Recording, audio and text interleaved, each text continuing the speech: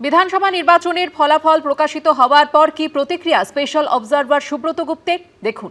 যে এই যে যেটা জানতে চাইবো যে দুদফায় নির্বাচন এবং গণনা শান্তিপূর্ণভাবে করলেন, নিজের স্যাটিসফ্যাকশনটা কতটা?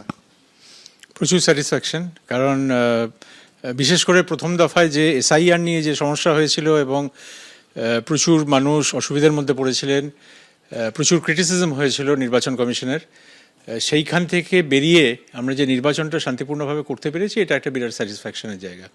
আপনার কি মনে হয় এই যে রীতিটা তৈরি হলো, সেট করলেন, এটা চলবে আগামী দিনে? আমার মনে হয় মানুষ যেভাবে ভোট দিয়েছেন ভয়হীনভাবে, আর আমরা যেটা প্রথম থেকেই বলেছি যে বাংলার নির্বাচনী যে কালচার সেটার বদল দরকার, সেই বদলটা বাংলার মানুষ করে দেখালেন। তাতে হয়তো নির্বাচন কমিশনের পক্ষ থেকে আমরা কিছু কিছু সিদ্ধান্ত নিয়েছিলাম, সেটা সহায়ক হয়েছে, কিন্তু মূলত এটা মানুষের জয়, যারা ভয় জয় করে এসেছেন এত বিশাল সংখ্যায় এবং ভোট দিয়েছেন। যে মন্ত্র আমরা প্রথম থেকেই ঠিক করে রেখেছিলাম নিজেদের মধ্যে, আমাদের যারা পর্যবেক্ষক আছেন, এখানে চিফ ইলেকটোরাল অফিসার আছেন, যে এখানে যারা ভোটের দিন সন্ত্রাস করেন, গণ্ডগোল করেন, মানুষকে স্বাধীনভাবে ভোট দিতে দেন না, সেই সমস্ত দুষ্কৃতীদের জন্য একটাই মন্ত্র, সেটা হলো হয় তুমি ঘরে থাকো, নয় তুমি শ্রীঘরে থাকো। আপনাকে গুরু দায়িত্বটা দেওয়া হয়েছিল, তখন কি মনে হয়েছিল? যদিও আপনার এটা খুব পরিচিত টার্ফ, যেখানে আপনি এর আগে অনেকবার কাজ করে গিয়েছেন, সেই গুরু দায়িত্বটা পাওয়ার পর চ্যালেঞ্জ কতটা ছিল?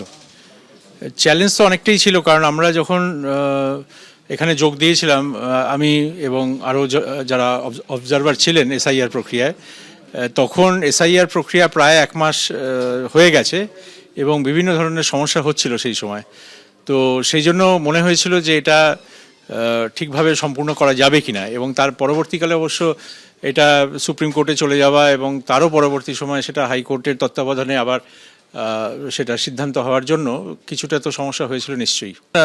এখানে মানুষের ভরসা প্রশাসনের ওপর কিছুটা প্রশ্নচিহ্নের মধ্যে পড়ে গেছিল, এটা নিশ্চিতভাবে, এবং সেই জন্য বেশ কিছু পদক্ষেপ করতে হয়েছিল। বিশেষ করে যখন আমরা দেখেছিলাম যে কাজ করার ক্ষেত্রে, নিরপেক্ষভাবে কাজ করার ক্ষেত্রে ঘাটতি থাকছে, সেই সমস্ত জায়গায় কিছু কিছু পদক্ষেপ নির্বাচন কমিশনকে নিতে হয়েছিল।